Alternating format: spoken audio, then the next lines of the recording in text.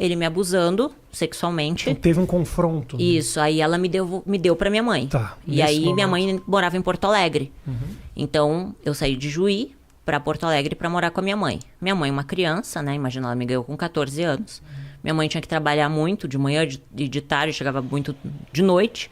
Então a minha vida era comer miojo e salsicha.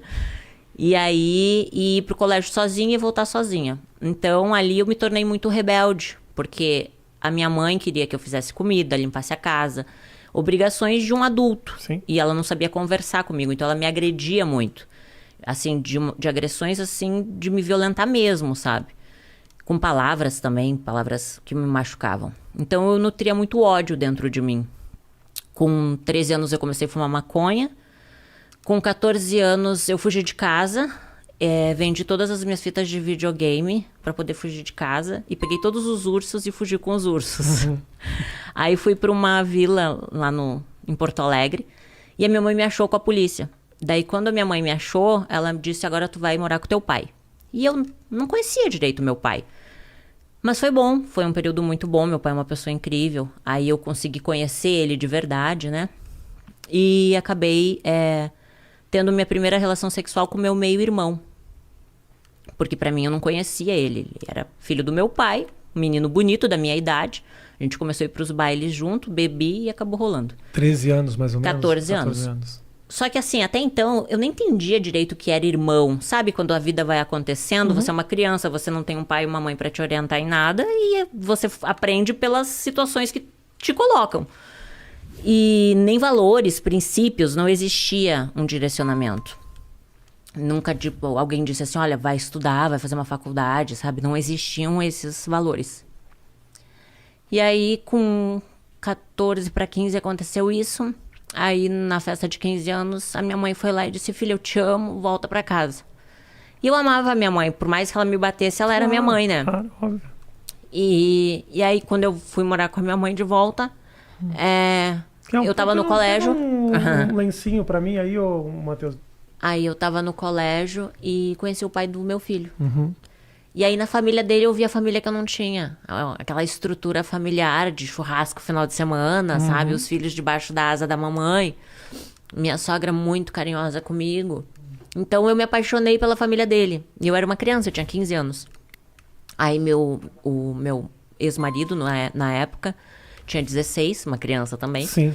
Mas a gente, nessa idade, a gente já acha que a gente é adulto. Aí a gente queria ter um filho. Então, imagino também que a sua vontade de amadurecer era pra escapar de muita coisa que da infância não tinha sido das melhores. E a minha mãe me batia até no rosto. Imagina eu aos 15 anos apanhando no rosto, sabe? Era uma forma de fuga. O casamento foi uma fuga. E aí eu me casei achando assim, bom, agora eu vou ter minha casa, vou ter minha família, né? Vou ter o meu filho, vai ser pra sempre. Só que quando eu me casei, eu era uma criança. Então eu morava com a minha sogra e foi maravilhoso. Aos 21 anos, quando a gente foi morar sozinho, eu e ele, a gente comprou um apartamento, eu me vi uma criança cuidando de outra criança, mimada, porque minha sogra me mimava. Eu não sabia cuidar da casa. Então eu brigava por causa de um copo de água na pia, uma toalha em cima da cama, sabe? Então nosso casamento virou um inferno, porque eu não sabia ser uma boa esposa, eu não sabia. Pô, Eu difícil, era uma criança. Eu era uma criança. E aí, aos 21 anos, só que ali, Rafa, a ambição cresceu dentro de mim. Porque eu comecei a ver as pessoas... Sabe quando você começa a ver o mundo? Pô, a pessoa tem carro. Eu quero ter um carro, sabe? Eu quero me vestir bem. Você começa a ver que existem pessoas que crescem financeiramente. Então, eu era coordenadora de RH de uma empresa de marketing promocional em Porto Alegre. Eu comecei como demonstradora no supermercado. E como eu sempre fui muito comunicativa e feliz, assim, sabe? A empresa que eu trabalhava me contratou como recepcionista, depois auxiliar do RH e depois coordenação do RH, mesmo sem faculdade. E aí eu dava o meu melhor, sabe? A primeira a entrar, a última a sair, sempre fiz direitinho o meu trabalho, sempre cresci assim. Aí com 21 anos, meu casamento acabou e aí eu me vi cheia de conta para pagar. Na época, eu contratava meninas para fazer evento nas feiras. Perfeito. E aí, quando eu falei com uma amiga minha, que eu tava com uma crise financeira, ela disse, olha, eu tenho uma amiga que fechou numa casa noturna e ganhou R$500. Eu disse, pá, R$500? O que ela fez? Ela tirou a roupa? Então eu vou tirar a roupa. Claro. Só que não foi bem o que aconteceu, né? Eu entrei... Eu não queria te interromper, essa história, ela tá muito bem contada, essa história, mas eu tenho um momento que a gente estava conversando, antes da gente trabalho na noite, que foi esse momento, teve um momento aqui que a gente estava conversando que você se emocionou, que foi quando você falou do começo dessa relação lá atrás. Por que especificamente esse ponto é um ponto muito sensível para você? Porque, desculpa te interromper. Na verdade, assim, quando mexe muito na infância, é muito difícil, né, Rafa? Porque eu acho que tantos problemas no nosso futuro são evitados quando você tem uma base, entende? Só que não adianta ficar buscando culpados, porque eu digo assim, ó, ninguém nasce mal, as pessoas se tornam más, né? Um bebezinho não nasce um bandido, ele se torna um. Pelo meio que ele vive, pelas escolhas, né, que ele faz. Com 21 anos, eu escolhi me prostituir. Aos 15, não eram as minhas escolhas, entende? Eu vivi o que o meio tinha para me oferecer. Então, falar disso não é escolher, porque eu escolho as coisas ruins e eu vou colher as coisas ruins. Mas você já nascer no meio de coisas ruins é muito difícil. Claro. Então, falar disso é bem difícil, sabe? Quando eu fui fazer o livro Morri para Viver, foi muito difícil. Porque foi mexer em coisas que é difícil de falar.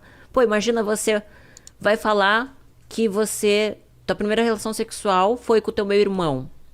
Eu já declarei que o primeiro orgasmo que eu tive foi com o cachorro da vizinha aos 11 anos, porque a vizinha trouxe o cachorrinho pra fazer sexo oral em mim. E são coisas que eu falo... 11 anos. São coisas que eu falo, Rafa, por quê? Porque me trouxe culpa há muito tempo. Durante muito tempo, a culpa, ela tava me matando. Falar sobre isso e ajudar as pessoas que ainda vivem esses traumas. Com certeza, entende? Claro. Porque a sociedade, ela é uma sociedade que ela te cobra ser o melhor, ter o melhor, ser o mais inteligente, ter a melhor faculdade, né? Como se você fosse só valer algo se você tem aquilo que o mundo fala que você tem que ter. E, na verdade, eu sou uma pessoa que não sou nada no mundo, entende? Mas eu entendi que, às vezes, quando a gente fala sobre determinados assuntos, você ajuda a curar feridas. Quando você fala o que você sofreu, você tira um peso de dentro de você, você tira uma pedra que muitas vezes te leva à depressão. E você escondeu essas histórias durante muito tempo? Esconder durante muito tempo. Então, hoje eu entendo, escrevendo livro, fazendo acompanhamento com psicólogo, com psiquiatra, eu consegui entender que, na verdade, muitas das minhas emoções estão relacionadas à minha infância, né? Estão relacionadas aos meus traumas, à rejeição. Eu sempre tive muito medo da rejeição. Então, eu já rejeitava com medo de ser rejeitada. Eu não conseguia ter relacionamentos duradouros com homens, porque eu fui abusada sexualmente, então eu não conseguia confiar em homem. Então, eu vi que muitas coisas que aconteciam na minha vida era uma bagagem que eu levava, uma mochila nas minhas costas. Então, quando eu fiz o livro Morrer para Viver, foi justamente botar esse lixo para fora, sabe? Foi entender que, assim, eu não posso mudar o passado. Claro. Ele existe. Só que eu posso fazer novas escolhas, entende? Eu não sou aquilo. Eu vivi aquilo, sim. Por algum momento eu vivi e fui isso, mas hoje eu decido não ser mais. E acho que é importante que você também entenda que foi um passado duro, que não dá para simplesmente desconsiderar de que você realmente sofreu, porque não basta só você falar, é você também entender o significado. Me parece que o fato de você entender que o seu passado foi duro faz com que você consiga olhar para frente melhor, porque também só contar essa história de uma maneira quase que não tivesse acontecido com você, também não sei se daria o mesmo resultado. Eu acho, Rafa, que todos nós, a gente tem um propósito, sabe? No mundo, sabe? Eu acho que Deus é vivo, que Deus existe. E Ele dá essa oportunidade pra gente, assim, de aprender. Eu acho que tudo que a gente sofre, a gente aprende. E hoje, olhando tudo que eu passei, eu vejo que mesmo a dor ensinou. Talvez se eu não tivesse passado por tudo que eu passei, eu não seria a pessoa que eu sou hoje, entende? Eu não teria os valores que eu tenho hoje. Eu precisei sofrer, eu precisei passar por tudo isso. Quando hoje eu converso com uma mulher que já passou abuso e ela ainda não conseguiu perdoar, eu consigo saber o que ela sentiu.